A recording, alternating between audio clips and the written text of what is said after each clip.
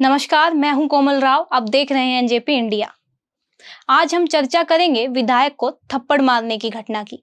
बात 4 दिन पुरानी है, लेकिन आज भी कानों में गूंज रही है।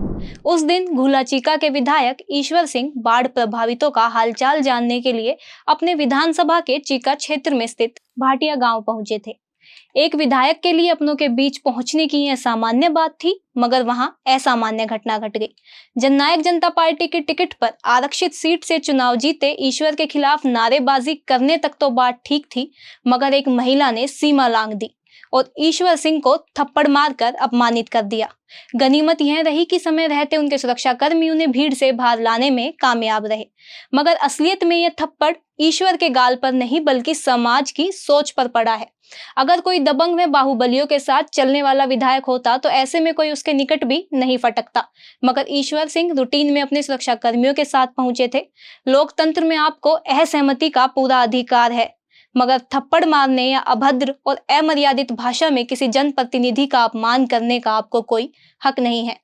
अपमानित होने के बाद ईश्वर सिंह ने कहा था कि मैं किसी तरह की कोई कार्यवाही नहीं चाहते, मगर अब न केवल अनुसूचित जाति आयोग ने संज्ञान लिया है, बल्कि पुलिस ने भी विभिन्न धाराओं के तहत संबंधित महिला सहित लगभग 60 लोगों के खिलाफ मामला दर्ज किया है। इस मामले में क्या होगा क्या नहीं, यह बाद की बात है, लेकिन आज का सवाल बेहद गंभीर है। अक्सर ये देखने में आया है कि चुनाव के समय मैदान में उतरने वाले अधिकांश उम्मीदवारों को पिछले कुछ वर्षों से बाहुबलियों का साथ लेना पड़ रहा है।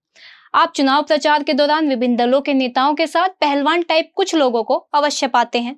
ये पहलवान मुफ्त में सेवाएं देने नहीं पहुंचते, बल्कि इसके लिए धन चुकाना पड़ता है, और इस धन का किसी फाइल में जिक्र नहीं होता। कुछ उम्मीदवारों को पहलवानों की मदद इसलिए लेनी पड़ती है क्योंकि विरोधी उन्हें गांव में अपनी बात कहने से भी रोक देते हैं। अपने विरोधियों की ऐठ निकालने और उन्हें बदनाम करने के लिए अक्सर चुनावी मैदान में उतरने वाले बाहुबली टाइप नेता हुड़दंग का भी सहारा लेते हैं। उनके आशीर्वाद से असामाजिक तत्व ऐसे नेता की चुनावी सभाओं में हंगामा करते हैं। ऐसी स्थिति को रोकने के लिए ये नेता मजबूरी में पहलवानों की सेवाएं लेते हैं। घुलाचीका विधानसभा में अनुसूचित जाति के विधायक को थप्पड़ मारने की घटना हो, या फिर काफी समय पहले उत्तर प्रदेश में एक पुलिस अधिकारी द्वारा एक उम्मीदवार को बेहुदी गालियों के साथ धक्का देकर गाड़ी में बैठाने की घटना हो, दोनों ही मामलों में इसलिए ऐसा हुआ क्योंकि सामने शेर को सवा शेर नहीं दिख रहा था।